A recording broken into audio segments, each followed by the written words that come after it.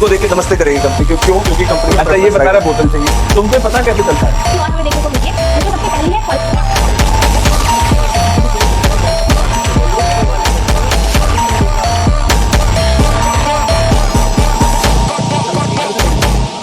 सबसे पहले है मेरे 30 में से 20 प्लस आराम से 20 में से 20 प्लस। हाँ जी बच्चों, तो कल हमने डीएवी स्कूल का पेपर आपसे डिस्कस किया था अकाउंट्स का, और आज हम गवर्नमेंट स्कूल का पेपर डिस्कस करने जा रहे हैं। आज इस वीडियो में हम एमसीक्यू क्वेश्चन डिस्कस करेंगे, और अगर आपको किसी भी क्वेश्चन में डाउट होगा किसी भी 3, 4, 6 मार्कर में, तो आप कमेंट बॉक्स में हमें बताएंगे, तो फिर हम उस क्वेश्चन को आपके साथ अलग वीडियो में डिस्कस करेंगे। आइए, तो सबसे पहला क्वेश्चन, अकाउंटिंग स्टार्ट्स। तो ये हमने पढ़ रखा है थ्योरी में, अकाउंटिंग कहां से शुरू होती है, वेयर बुक कीपिंग एंड्स। तो इसका ऑप्शन है B. Everything a firm owns it also owes to somebody. इसका मतलब ये डुअल एस्पेक्ट को दिखा रहा है। This explain by which concept, that is called dual aspect. Shri Ram college of commerce is an example of. अब श्री राम कॉलेज क्या है? अब ये नेचुरल पर्सन है, आर्टिफिशियल पर्सन है। तीसरा है रिप्रेजेंटेटिव पर्सनल अकाउंट। तो आप इसको बोलेंगे आर्टिफिशियल पर्सन कौन होते हैं, जैसे कंपनियां होती है वैसे हम इसको बोलेंगे। तो Shri Ram college of commerce किसका एग्जांपल हो गया? Artificial personal account. Which of the following are the advantages of petty cash.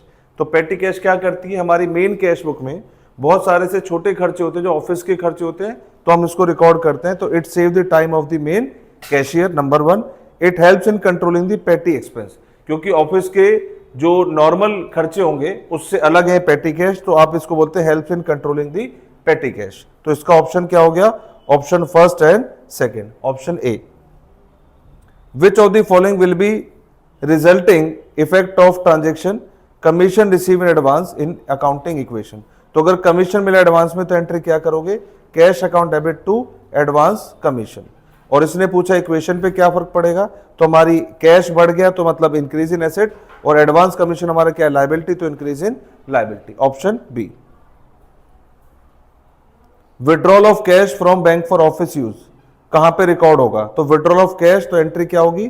Cash account debit to bank account. तो अगर हम कैश बुक बना रहे तो क्या होगा? कैश कॉलम डेबिट होगा, बैंक कॉलम क्रेडिट होगा, तो इसमें ऑप्शन है option B. How will depreciation under cash basis of accounting be treated. तो हमें पता है डेप्रिसिएशन कैसा आइटम है? नॉन कैश, तो it will be ignored. Accounts which shows gross profit और ग्रॉस लॉस। तो ग्रॉस प्रॉफिट ग्रॉस लॉस किस में आता है? तो आप कहेंगे ट्रेडिंग अकाउंट में। एक मैच द फॉलोइंग का क्वेश्चन है, कैश मेमो। कैश मेमो कब बनाते हैं? जब हम कोई कैश परचेज करते हैं। इनवॉइस बिल कब बनाते हैं? इनवॉइस रिकॉर्ड करते हैं जब हम क्रेडिट सेल करते हैं। पे इन स्लिप का मतलब है आप डिपॉजिट कर रहे हैं कुछ बैंक में, और चेक का मतलब है कि आप कोई भी इनमें से विड्रॉ कर रहे हैं कैश फ्रॉम दी बैंक। तो इसके ऑप्शन चेक करेंगे हम। ऑप्शन में है फर्स्ट का थर्ड, बी का फर्स्ट, तो ये ऑप्शन हो गया option C. Calculate gross profit. तो अब एक आपको जो चैप्टर है आपका फाइनल अकाउंट विदाउट एडजस्टमेंट, उससे क्वेश्चन है। ओपनिंग स्टॉक दिया है, परचेज दिया है, क्लोजिंग स्टॉक दिया है। हम इससे निकाल सकते हैं cost of good sold.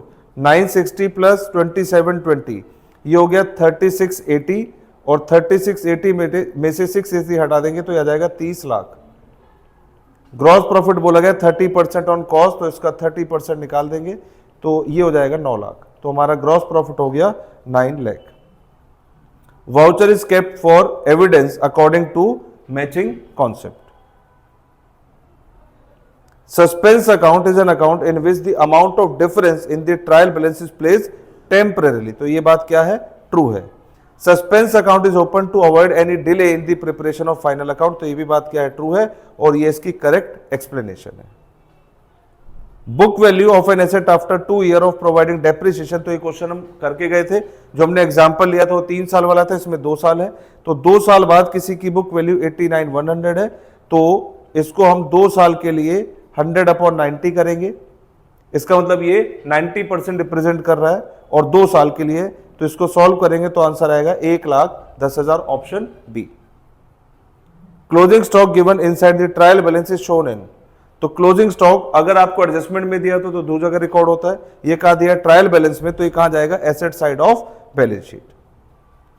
General entry pass for interstate purchase, तो हमें पता है इनपुट वाली एंट्री होगी, और इनपुट कौन सा होगा? आईजीएसटी, तो ऑप्शन है B. Return of goods amounting to 2500 by Sohan, तो एंट्री हो गई sales return account debit to Sohan, और हमने एंटर कर दिया इसको कहां पे, तो इन्होंने एंटर कर दिया परचेज रिटर्न, तो एंट्री क्या की होगी इन्होंने, Sohan account debit to purchase return. तो जब हम एरर को ठीक करेंगे तो सोहन को क्या करना पड़ेगा, तो हमें सोहन को क्रेडिट करना पड़ेगा कितने से, 5000 से। 11,140 paid for repair of motor car, तो एंट्री हो गई repair account debit to cash, तो 11,480, लेकिन उन्होंने डेबिट कर दिया मोटर कार में 1480, तो मोटर कार तो डेबिट होना ही नहीं चाहिए था, ये क्रेडिट हो जाएगा, और ये हमारा एरर ऑफ कौन सा हो गया, एरर ऑफ कमीशन। तो मोटर कार को करेंगे क्रेडिट 1480, तो चेक करते हैं मोटर कार को 1480 से किस एंट्री में क्रेडिट किया गया है, तो फर्स्ट में नहीं किया है, सेकंड में नहीं किया, थर्ड में किया है, तो ऑप्शन कौन सा हो गया, C. Cheque issued but not presented for payment will reduce the balance as per cash book, तो चेक करते हैं, ये कैश बुक है और ये पासबुक है, आपने चेक इशू किया तो आपने अपनी कैश बुक का बैलेंस माइनस किया होगा, will reduce the balance as per passbook, लेकिन ये पासबुक का बैलेंस क्योंकि प्रेजेंट नहीं हुआ है तो अभी पासबुक का बैलेंस माइनस नहीं हुआ होगा, तो ये ऑप्शन फॉल्स हो गया।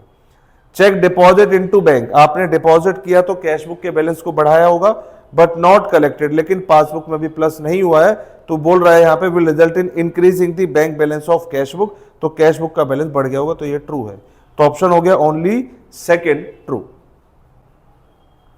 कैपिटल रिसिप्ट अराइज फ्रॉम, तो कैपिटल रिसिप्ट कब होगी, ये रिकरिंग नेचर नहीं होता, ये कौन सा होता है, नॉन रिकरिंग, जैसे आप कोई भी फिक्स एसेट को सेल करेंगे तो ये रिकरिंग मतलब रेगुलर होने वाली चीज नहीं है। Paid to Prisha 11,500 in full settlement of 12,000, तो हम जिसको पे कर रहे हैं उसका अकाउंट कितने से डेबिट करेंगे, जितने की सेटलमेंट होनी थी, तो कितने से होगा, 12,000 से। Asset sold on credit will be recorded in, तो कहां पर रिकॉर्ड होगा, अगर कोई गुड्स सेल करते हैं तो परचेज बुक, सेल बुक, अगर खरीदते बेचते हैं तो, लेकिन एसेट की बात आई तो कहां पर रिकॉर्ड होगा, जनरल प्रॉपर में। Goods costing 30,000 supply to Maya at a profit of 25% of sale price, तो गुड्स कितने की कॉस्ट कर रहे हैं, 30,000 के, हमने माया को बेचा at a profit 25% of sale price less trade discount 5%, will be credited to sales account with, तो सेल्स अकाउंट को हमें क्रेडिट करना है, कॉस्टिंग है 30,000 और प्रॉफिट है 25% ऑफ सेल प्राइस, तो हम इसको सॉल्व कर सकते हैं, तो sale price is equal to cost of goods sold plus profit, तो अगर कोई चीज 25% सेल प्राइस की है तो कॉस्ट की कितनी होगी, तो हम ऐसे इसको करते हैं कॉस्ट और सेल, अगर 25% सेल का है मींस 1/4, तो ये 1/3 किसका हो जाएगा, 1/3 हो जाएगा कॉस्ट का, तो 30,000 का 1/3 कर लेते हैं, तो कितना आ गया 10,000, तो कॉस्ट और इसमें ऐड करेंगे तो कितना हो जाएगा 40,000, उसमें से डिस्काउंट बोला गया है 5%, तो 5% इसका सॉल्व करेंगे कितना हो जाएगा 2,000, तो अमाउंट वुड बी 38,000, तो answer is B. How is interest on drawing treated in journal, तो क्या करते हैं इंटरेस्ट ऑन ड्राइंग को, इंटरेस्ट ऑन ड्राइंग क्या करता है, कैपिटल को बढ़ाता है कि कम करता है, तो आप कह रहे हैं how is interest on drawing treated in general entry, तो अगर आप इसको पे कर रहे हैं तो क्या करेंगे, इंटरेस्ट ऑन ड्राइंग आपके लिए खर्चा है, तो इंटरेस्ट ऑन ड्राइंग क्या होगा, डेबिट, और ये हमारी तरीके से कैपिटल को कम करेगा, तो आपका आंसर हो गया D. The term amortisation is use for, amortisation किसके लिए यूज करते हैं, इंटेंजिबल एसेट के लिए। Depreciation specified in adjustment is shown on the debit side of trading account, तो डेप्रिसिएशन ट्रेडिंग में शो नहीं होता है, ये प्रॉफिट एंड लॉस में शो होता है। Depreciation is indirect and non cash, तो दोनों है, क्योंकि प्रॉफिट एंड लॉस में होता है और दूसरा नॉन कैश है, तो ये है ट्रू, तो ऑप्शन इसका हो गया D. Which of the following transaction will result in higher balance in bank column of cash book in comparison to passbook, इनमें से किसकी वजह से हायर बैलेंस होगा कैश बुक का बैंक कॉलम और पासबुक के कंपैरिजन में, तो हम दोनों को साथ में रखते हैं, कैश बुक और पासबुक। कह रहा है check issued but not presented for payment, अगर मैंने चेक इशू कर दिया लेकिन पासबुक में पेमेंट नहीं हुई है तो इसका मतलब मेरा कैश बुक का बैलेंस कम आएगा और हमें कैश बुक का बैलेंस हायर चाहिए, तो पहला आंसर तो नहीं है। Interest allowed by bank but not recorded in cash book, हमें इंटरेस्ट अलाउ किया गया मतलब बैंक ने बैंक बैलेंस बढ़ाया होगा लेकिन यहां रिकॉर्ड नहीं हुआ, तो इससे पासबुक का बैलेंस ज्यादा आएगा, हमें कैश बुक का बैलेंस चाहिए, ये भी आंसर नहीं है। Cheque charge enter twice in cash book but and passbook both, तो कोई चीज दोनों जगह रिकॉर्ड हुई है तो दोनों का बैलेंस बराबर आएगा। चेक पेड इनटू बैंक, हमने चेक जमा किया बैंक में पर अभी पासबुक में प्लस नहीं हुआ, तो इसकी वजह से कैश बुक का बैलेंस इंक्रीज होगा, तो ऑप्शन है डी।